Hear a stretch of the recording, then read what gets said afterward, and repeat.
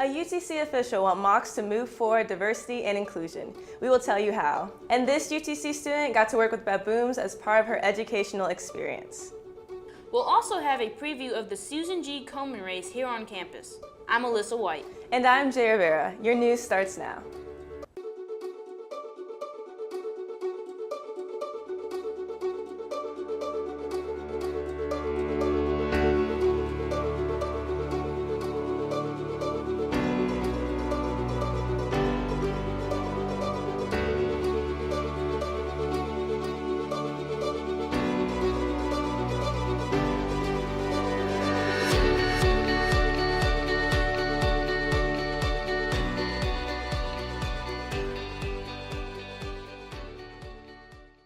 The first Move Our Campus Forward, or Mocs Forward, took part on our campus. The aim is to make UTC more inclusive. Our Heidi Bretman has the story. I'm standing in the UC where Mocs Forward was first kicked off. Mocs Forward, or Moving Our Campus Forward, was a day to remember. Over 20 members of the UTC facility and community members came to speak about diversity on campus and how we can promote it.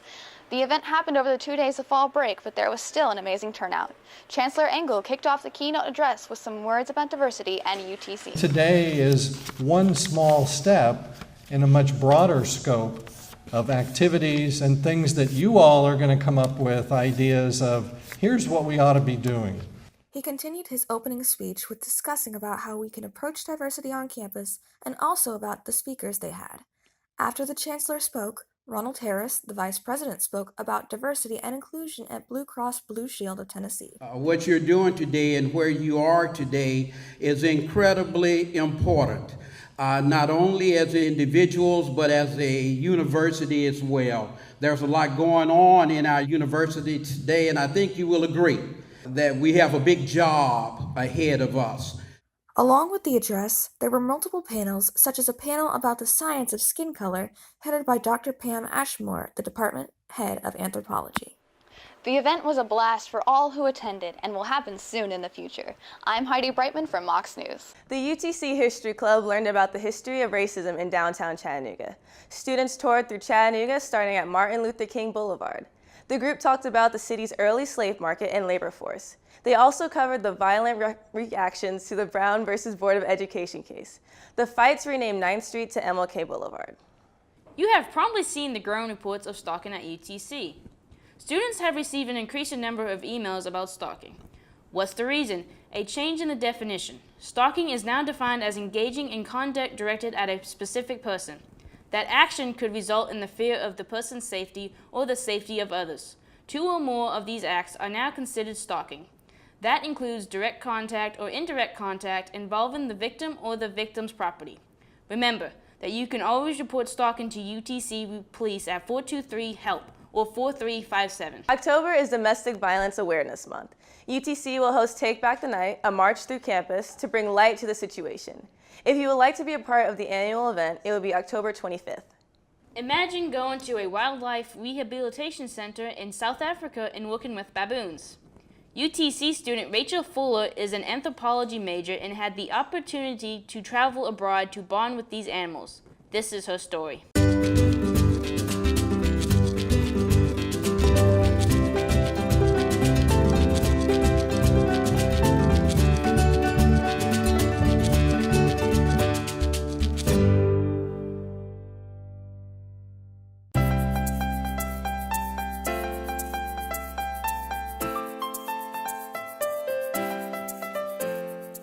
I had no idea what I wanted to do when I first came here. I was undecided. I took just a basic anthropology course and I fell in love with both the faculty and the subjects. And I love biology, I love animals, but taking chemistry, I can't do chemistry. Luckily, was able to do a biology minor where I still get to work with animals to a certain degree and at the same time apply anthropology to it. So it just kind of fell into place for me. I went to a wildlife rehabilitation center in South Africa, and within the first 20 minutes that I was at this wildlife reserve, they asked me, do you want to go into the enclosure with the baboons? I got a lot of hands-on practice with the orphans So if they weren't bottle feeding, we would let them interact with each other in their big enclosures to form bonds. And we were encouraged to bond with them also. I was sitting in a corner with them, picking their hair, talking to them by like lip smacking and making proper hooting sounds. And it was the wildest and most fun experience in the world. It was a life-changing experience.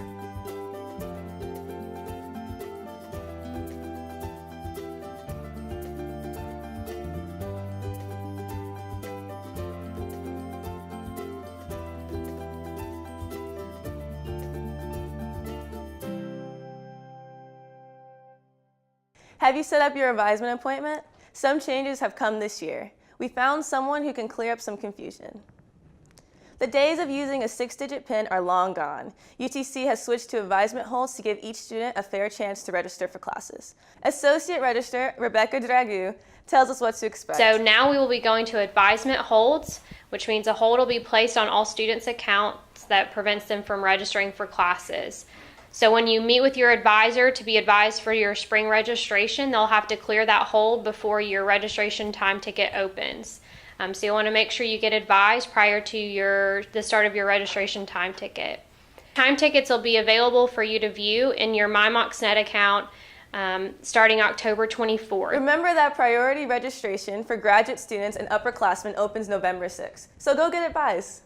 The Office of Multicultural Affairs is hosting a What's Real Dialogue series to discuss a Take a Knee movement on Tuesday, October 24th at 8 p.m. in the Multicultural Center. Join them to discuss the different perspectives surrounding the evolution of Colin Kaepernick's initial protest against police brutality. You are invited to come to the first lecture and telescope viewing of the season at the Clarence T. Jones Observatory. The open house is this Sunday. Doors open at 6:30. The lecture and planetarium show begins at 7. Guests can also look through the telescope in the upper room to view the Summer Triangle. The observatory is at 10 Tuxedo Avenue north of Brainerd Road. It is only 4.5 miles east of campus. Guests can park behind Brainerd United Methodist Church. More information is available on the chemistry and physics section of UTC's website. Well, just because we had fall break doesn't mean that UTC athletics took a break. That's right. Stephen McAllister and Carlton Smith have a look back. Well, Carlton, it's another week in the books for UTC athletics. That's right, Stephen. We've got a look back at and a preview for Mocs football this weekend, so let's get to it. Chattanooga football fell to Mercer with a 30-10 final on the road last Saturday. The Mocs started ahead in the second quarter with a 44-yard field goal from kicker Victor Olmo, but the lead would not last long as Mercer got 2 touchdowns before the half, taking the lead to 13-3. Mercer scored 23 unanswered points by the fourth quarter until the Mocs offense finally responded. Cole Copeland made a 22-yard pass to Bailey Lenore to get the Mocs 5 yards from the end zone, and Darrell Bridges rushed the ball across the line the next play. With the extra point good, the Mocs cut Mercer's lead to 23-10. Mocs defense contained the Bears' lead until Mercer running back T. Mitchell scored with 3 minutes left in the game to bring the Mercer to their final score of 30-3. Meanwhile, Mocs volleyball had their second straight loss this week as they fell to Wofford in 5 sets. UTC was led by Allie Ford with 14 kills and Madison Bergen with 4 aces. The loss brought the Mocs down to 4-4 in conference play and 11-11 overall, while Wofford improved to 15-7 on the season. The Mocs look to rebound this week in North Carolina against Western Carolina. The Lady Mocs soccer team had its best week of the season. UTC picked up their second win of the season against the Citadel on the road with the 3-2 victory. Chloe Arnold was a standout Moc who had a hat trick with only 1 goal coming off of an assist. The Citadel was not a match for the Mocs offense all night long. The team looks to keep up their success as they face Furman at home tonight. Stay tuned to Mocs News for updates. Well, Chattanooga football faces the Citadel at home this Saturday at 2 p.m. for the annual Military Appreciation Day. The Mocs are now 6th in the Southern Conference, tied with the Citadel and ETSU. Both teams look to end a 3-game losing streak and secure their second win of the season. The two teams entered the season with hopes of national ranking, but are now on the lower end of the conference ranks. With only 3 games left in the season, a win from this game is crucial for the Mocs. Donovan for president is something you may have seen or heard on social media in the last few days. Soccer legend Landon Donovan is considering running for the president of U.S. Soccer. Donovan holds many records for a club and country. He has appeared with the USMNT 157 and the only American to have over 50 goals and assists. Donovan has until December 12th to decide if he wants to run or not. Well, that will do it for sports this week. Make sure to get out this weekend and support your Mocs. Back to you guys. There may actually be good news about healthcare after President Trump cut subsidies to health insurance companies last week. Senators Lamar Alexander of Tennessee and Patty Murray of Washington have been working on bipartisan solutions for Trump's executive order. Alexander and Murray's solution would extend subsidies for 2 years and give states more flexibility to design their own plans. Senators and governors are hopeful and encouraging President Trump to back the solution. Stay tuned to Mocs News as we continue to follow this story. Chattanooga mourns the death of a local TV personality. Don Welsh died at 75 years old, ending his battle with Parkinson's disease and Lewy body dementia. In the 1960s, Welsh began his broadcasting career as a newsreader and disc jockey. Many recognize Welsh from his work at News Channel 9 as the weatherman and host of This and That. Welsh's radiant personality shined not only on screen, but within the community. Welsh was part of the Ronald McDonald House charity drive for the last 24 years. In honor of his life, a public gathering will be held today from 4 p.m. to 8 p.m. at Hamilton Funeral Home on Hickson Pike. Calling all writers. Pros in Pink is a writing contest that was created to promote breast cancer awareness. A UTC student started the event and students can submit their creative work. But that's not all. Students have a chance to win the grand prize of a $25 Amazon gift card. All entries are due by October 31st. You can find out more details by emailing prosinpink@gmail.com. Don't just run away from life. Run for a cause. The Susan G. Komen Race of Central Tennessee is hosting a race at the McKenzie Arena on Sunday, October 22nd. All the proceeds of the race go towards breast cancer awareness. Our Danny Rivera has the story. The Susan G. Komen Race for the Cure is the world's largest and most successful fundraising event. The race is used to help raise awareness about breast cancer and to help find a cure. Millions of people across the U.S. gather at these races to cheer on, volunteer, and participate. Chattanooga's race will take place this Sunday, and we spoke to UTC student Natalie Spieser, who's an intern at Komen, and had a couple words to say about the race. Well, our Race for the Cure is the biggest fundraising event that we do, and the money that we raise goes to our community. We have 6 grants that we give out, and those help women get screenings and mammograms if they can't afford them. So the race helps women in our community. Many will gather at the McKenzie Arena to be part of the Race for the Cure. People participate because they are survivors, have had family members with breast cancer, want to show support, and help raise money to find a cure. Susan G. Komen is still looking for volunteers. You can find out how to get involved at KomenCentralTennessee.org. Well, it's cooled off over the break. It's actually starting to feel like fall. But the question is, will it stay or will it go? Our Haley White has the answer. Thanks, ladies. It's true that while we were gone, everything has started to cool down, and it looks like it's here to stay. Friday's high will be 78 degrees with a low of 51. This weekend will be partly cloudy with highs in the 70s and the lows in the mid-50s. Next week, we will see the highs in the 60s and the lows reaching down into the 30s. Get ready for some rain. Monday we'll have thunderstorms with the rain ending Tuesday morning. The rest of the week will be partly cloudy and sunny. So get out this weekend and enjoy the fall weather. Back to you guys. Well, the weather seems perfect to get out in Chattanooga this weekend. Here are some of the things you can do. On Friday, you can check out a free block party on Cherry Street. It's called River Rocks the Best Town Forever, and it is the finale of Startup Week. It features live music, climbing, dome exploration, tethered hot air balloons, food, and more. The start is at 6 tonight. If you love animals, then make sure to check out the 3rd annual Barktoberfest and Meowloween party at McCamey Animal Center. Guests can enjoy trick-or-treating for a donation of pet food or toy. There will be food in a beer garden. Cost is $30 per person or $45 per couple. The event kicks off on Saturday at 11 a.m. and goes to 9 p.m. at McCamey's on North Access Road. Are you into board gaming?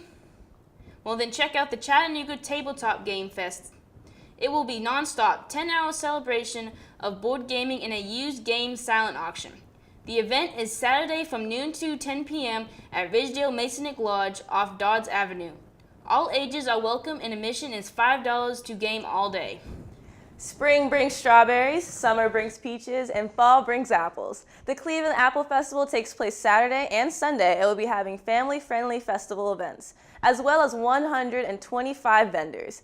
The event starts at 10 a.m. on Saturday and 1 p.m. on Sunday.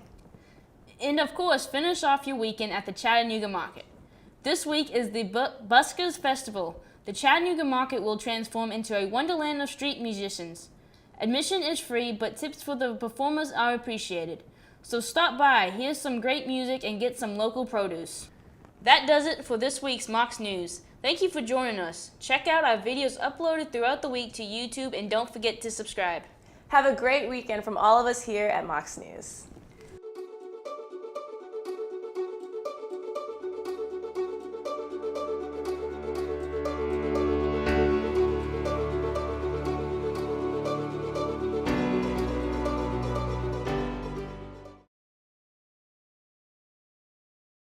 And now it's time for eating seeds with Carlton.